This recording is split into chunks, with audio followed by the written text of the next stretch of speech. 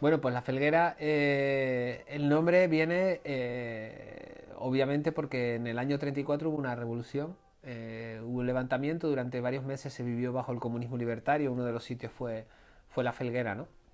En el año 96, cuando le pusimos el nombre a este proyecto, yo vivía en Canarias, vivía en Tenerife, aunque nací en La Palma, y en ese momento, sinceramente, yo jamás pensé que iba a encontrar a nadie de La Felguera.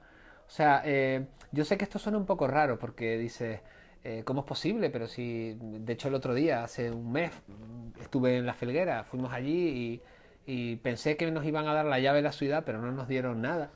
Y, pero cuando vives en un sitio pequeño piensas que esas cosas son como muy inalcanzables, ¿no? En aquel momento eh, yo pensaba que no iba a establecerme en la península, ¿no? En Madrid, ¿no? Siendo de un sitio que está en la periferia, ¿no? En la periferia en todos los sentidos, ¿no? Y muy aislado, al menos entonces, que es Canarias. Y es de alguna manera ese nombre se quedó ahí. Es cierto que inmediatamente cuando le puse el nombre de La Felguera, al mes recuerdo ir por la calle y me paró un chico y me dijo, oye, que he visto un cartel de La Felguera, yo soy de La Felguera. Y yo lo miraba a él como si fuera un extraterrestre. Digo, pero la Felguera existe, sí, ¿no? También había una canción de un grupo que se llama Intolerance, que se llamaba Octubre de 1934, y que habla de precisamente de eso. Y hay una parte donde dice la Felguera el comunismo libertario. Y yo creo que esa suma de cosas hizo que se llamase de esa manera, ¿no? ¿Cómo se genera? Cuando la Felguera se crea en el año 96, en los sucesivos años se hicieron muchísimas cosas. Primero fue un fanzine, llegó incluso a haber una tienda que se llamaba Amor y Rabia. Organizamos todo tipo de actos. Hay un libro pendiente y que estaría muy bien editar en algún momento, que sería un poco recopilar toda esa historia, ¿no? Porque hay toneladas de material que se hicieron, ¿no? Determinadas acciones que hubieron en Madrid, no hace muchísimo tiempo, se utilizaban otros nombres como Grupo Salvaje u otros, ¿no? Pero realmente éramos del colectivo de trabajadores culturales La Felguera, ¿no? En ese momento sí éramos un colectivo. Había incluso pues miembros en Barcelona, en Bilbao, incluso en Berlín. Todo siempre muy grandilocuente, ¿no? Porque realmente esos miembros eran uno en Barcelona, otro en Bilbao, otro en Berlín, otro en Tenerife, pero te permitía tener como comités, ¿no? Estamos muy influenciados por la internacional situacionista, por la política y el arte, ¿no? Se hicieron muchísimas acciones, acciones que tenían que ver con la crítica al arte en gran medida, con la psicografía, con el imaginar que otra ciudad podía ser posible.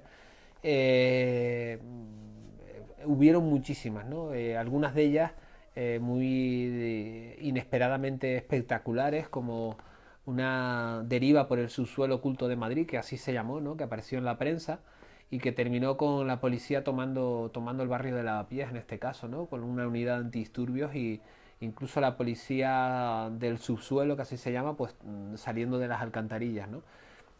Se boicoteó también la celebración de mayo del 68. Fuimos al Museo de Reina Sofía con un kilo de estiércol y un panfleto que decía que bajo el asfalto está el estiércol, ¿no? Eh, Llegamos a estar delante del Congreso de los Diputados disfrazados de hombres lobo, ¿no? Con un cartel que ponía yo también soy un antisistema, ¿no? Eh, Son las que me vienen a la cabeza, ¿no? Pero hubieron muchísimas acciones de ese tipo, ¿no? Y otras que no se pueden contar que se utilizaron otros nombres también y se hicieron, ¿no? Eso llega un momento en el año 2009-2010 en el que empezamos a realizar una reflexión entre nosotros en el sentido de que igual que el arte se ha convertido en algo previsible y aburrido, el antiarte, aquellos que niegan el arte o no, o intentan realizar algún tipo de acción con respecto a eso, también se habían convertido en algo previsible. Cuando se celebra de pronto el 40 aniversario, mayo del 68, lo normal es que se celebre, porque todo el mundo empezó a recuperar esa fecha, pero también lo obvio y lo previsible era que hubiera un grupo de gente que fuera a criticar eso, ¿no? Es decir, era lo que se esperaba que iba a suceder y así pasó, ¿no? En ese momento es cuando nos disolvemos como colectivo de agitación. Publicamos un pequeño librito que sacamos 500 ejemplares y repartimos gratuitamente a todo el mundo, que se llamaba Las Interzonas Anarquistas, que intentaba mezclar toda la idea de la interzona de William Burroughs con el grupo de afinidad anarquista, ¿no? Y fue, digamos, nuestra aportación última a ese activismo, ¿no? Y a partir de entonces, pues, hubieron otras experiencias, entramos en un colectivo que se llamó el Instituto del Tiempo, participamos algunos de nosotros en lo que fue la creación de los bloques libertarios en el 15M, justo en el momento de la aparición del 15M, y en ese momento ya la Felguera se dedica única y exclusivamente a editar libros, ¿no? A editar libros con una cierta singularidad, porque toda esa experiencia nos ha servido de alguna manera, ¿no? Y todo eso se sigue viendo en las cosas que hacemos, en cómo las hacemos, ¿no? En el discurso que tenemos, ¿no? Alguien que se mete en La Felguera, en la editorial por primera vez en la web y quiere comprar un libro, ¿cómo se estructura La Felguera? Es decir, hay publicaciones tuyas, editáis, hacéis colecciones. ¿Me puedes hacer más o menos un esquema rápido, Sí, simple? bueno, hay colecciones, hay una colección de narrativas del desorden que es sobre ficción, crónica más bien. Hay una colección que sí que yo creo que fue un punto de no retorno, que fue Zodíaco Negro. Hubo un interés creciente en temas que tenían que ver con el ocultismo, de alguna manera, ¿no? Y hemos publicado muchísimo material interesante, ¿no? Sobre eso. Hay una persona también muy importante en la editorial, que es Mario Riviere, que es el ilustrador, el que nos hace todas las ilustraciones. Mario es un buen amigo. Yo creo que la incorporación de Mario ha dado también un sello de calidad a todas las cosas que hacemos, ¿no? La editorial está dividida en colecciones, ¿no? En estas Memorias del Subsuelo, que es la colección, yo creo que la que tiene más títulos. Sí que ha habido una novedad este año, porque hemos empezado con una colección de True Crime, ¿no? De crimen real. Cosa que nos gustaba bastante, porque vas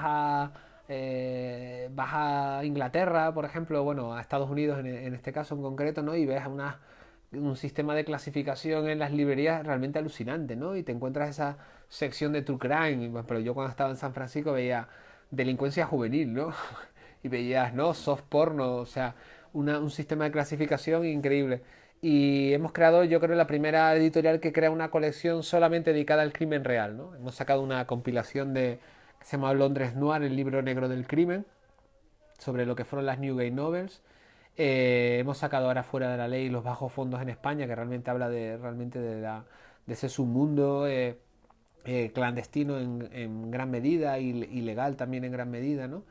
Y próximamente también editaremos lo siguiente que va a salir va a ser Diario de un resurreccionista, que es sobre los ladrones de cadáveres en el siglo XIX y XVIII en Inglaterra, ¿no? Que eran aquellos ladrones de cuerpos que iban a los cementerios, que ellos mismos vendían los cuerpos a las facultades de medicina, a los anatomistas, a los cirujanos, ¿no? Y se llamaban resurreccionistas, ¿no?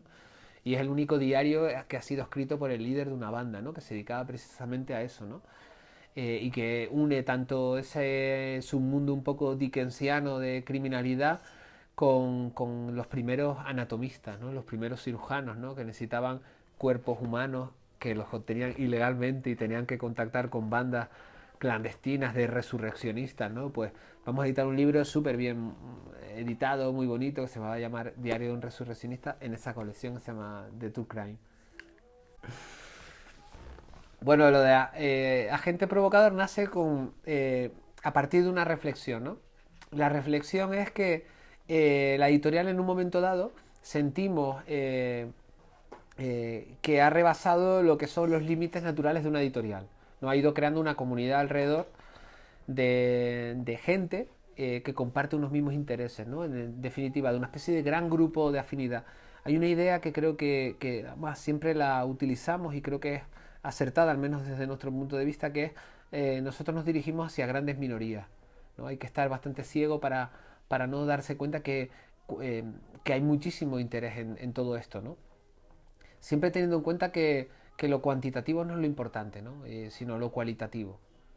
Los letristas, un movimiento también de vanguardia que nos interesaba y nos interesa, ¿no? Decían, lo cualitativo es nuestra fuerza de choque. Es un poco, ¿no? Cada cosa que hacemos intentamos hacerla dentro de nuestras posibilidades, pues lo mejor posible, que los libros sean objetos, que se cuide toda la perfección a nivel de discurso de la propia revista que hemos publicado. Todo lo que hacemos tiene que pasar un determinado control de calidad de alguna manera, ¿no? Por decirlo, ¿no? Una expresión bastante fea, por cierto. Pero Agente Provocador responde a esa necesidad, ¿no? De que vimos que había una comunidad y creo que ahora en enero cumplimos un año desde que salió la revista y funciona la web. La revista es física, sale cada 3 meses, la web diariamente publica piezas, ¿no? De hecho, la primera se quedaban las huellas Sí, sí, marcadas. sí. Huellas supermercadas, fue terrible aquello, joder. Y lo comentamos aquí. Y en el segundo número estaba totalmente solucionado. Sí, porque eso fue un caos, o sea, fue como joder, ¿no? O sea, tuvimos un follón con eso, sí, sí, sí. Pues siempre vas ahí como mejorándolo, ¿no? Y dentro de nuestras posibilidades y hemos visto que ha habido una respuesta tremenda porque la revista ha funcionado muy bien y la web tiene una media de visitas de cerca de 2.000 visitas diarias, que es una pasada en una época donde las grandes plataformas digitales de comunicación se basan en los clics, en crear contenidos, en crear contenidos, en crear contenidos, ¿no? Nosotros publicamos una pequeña pieza. La web está pensada de manera distinta que la revista. La revista son artículos muy, en cierta medida, como extensos, muy visual, pero extensos. La web está pensada como una pequeña, ¿no? Como un destello, ¿no? Son piezas pequeñas para que puedan ser leídas de forma más o menos ligera en la web, ¿no? Y que de alguna manera abran una puerta, un interés, ¿no? A alguien, ¿no? Entonces intentamos combinar esas dos maneras de eso, que son los hábitos un poco de lectura que hay hoy en día, ¿no? Y hemos visto que esa comunidad existe ahí, ¿no? Y que la gente provocadora ha alimentado también la editorial, ¿no?